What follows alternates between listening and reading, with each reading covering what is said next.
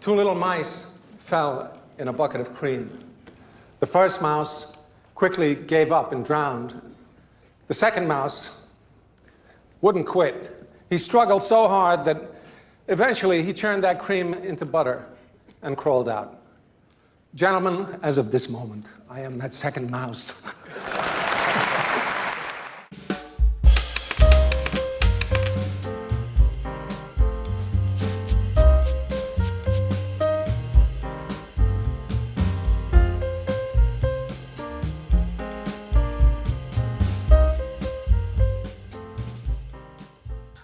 Pernah gak sih lu mikir, kok temen gue bisa ya lebih sukses? Padahal kita punya kemampuan yang gak jauh beda, atau mungkin lu ngerasa lebih kompeten. Catch Me If You Can. Film ini diambil dari kisah nyata yang menceritakan seorang penipu profesional yang kemampuannya diakui oleh FBI. Dan karena kemampuannya itu, dia malah jadi salah satu agen FBI yang memecahkan banyak kasus penipuan. Sangat menginspirasi kan, khususnya bagi para penipu. Bukan buaya ya. Di awal cerita kita disajikan oleh pidato dari Frank Abagnale dengan kalimatnya yang populer dan membuat seorang anak sangat bangga dengan ayahnya. Kurang lebih begini bunyinya. Dua tikus kecil jatuh ke dalam ember berisi krim. Tikus pertama dengan cepat menyerah dan tenggelam.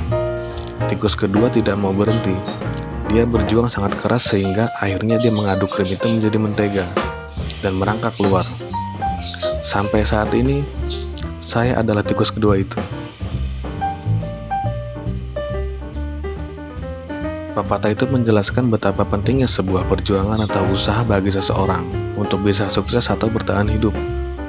Analogi ini sangat tepat untuk menjelaskan bahwa pada saat-saat tertentu kita jatuh ke medan yang sama, tantangan yang sama, dan mungkin kondisi yang sama dengan seseorang atau banyak orang sekalipun.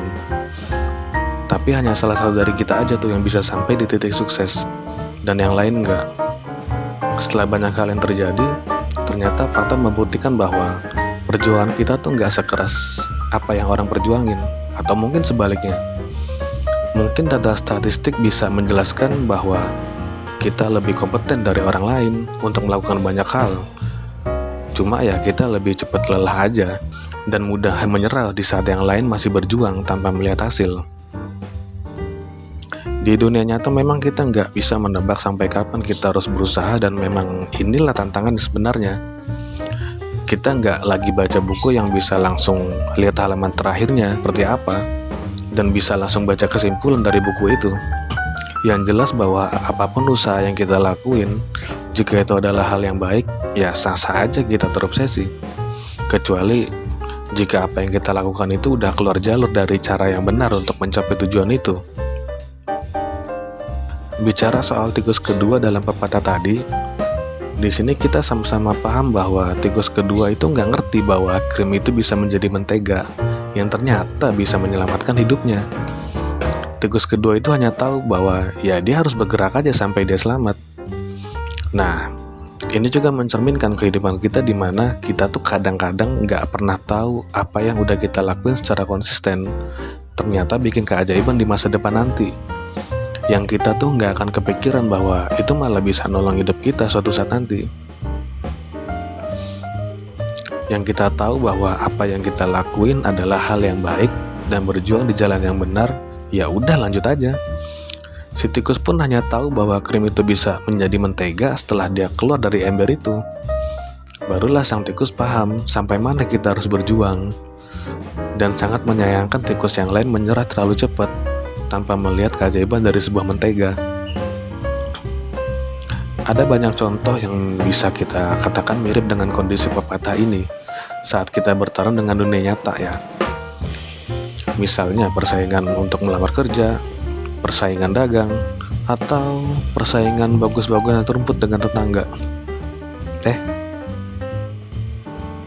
Ya intinya kita bisa ambil kesimpulan dari pepatah ini bahwa konsisten dalam berjuang itu adalah bagian dari kemampuan kita yang mungkin gak pernah kita anggap sebagai kemampuan. Kita sering terlalu fokus untuk memperbaiki kelebihan dan menutupi kekurangan, tapi lupa untuk melatih konsistensi yang sebenarnya menjadi fakta penentu juga. Dan sekali lagi kita sama-sama tahu bahwa berjuang adalah kalimat dasar dari sebuah kesuksesan dan bertahan hidup. Tapi hal yang nggak kita paham adalah seberapa kuat kita bisa bertahan dari konsistensi itu sendiri. Jawabannya ya nggak ada yang tahu kecuali Tuhan dan diri kita sendiri. Sama kayak pertanyaan seperti ini.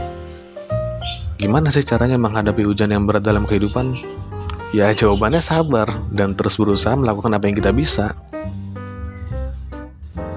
Mungkin aja kita nggak akan puas dengan jawaban itu, karena ya itu bukan jawaban untuk orang-orang yang lagi putus asa dan butuh motivasi. Terus bisa aja kita menganggap kesabaran kita tuh udah sampai pada batasnya. Kita butuh jawaban pasti soal kenapa kita seperti ini, harus apa, dan gimana caranya. Makanya kita nggak akan puas hanya dengan jawaban sabar. Tapi yang belum kita sadari adalah di balik jawaban dari sabar ya memang itu jawaban paling tepat.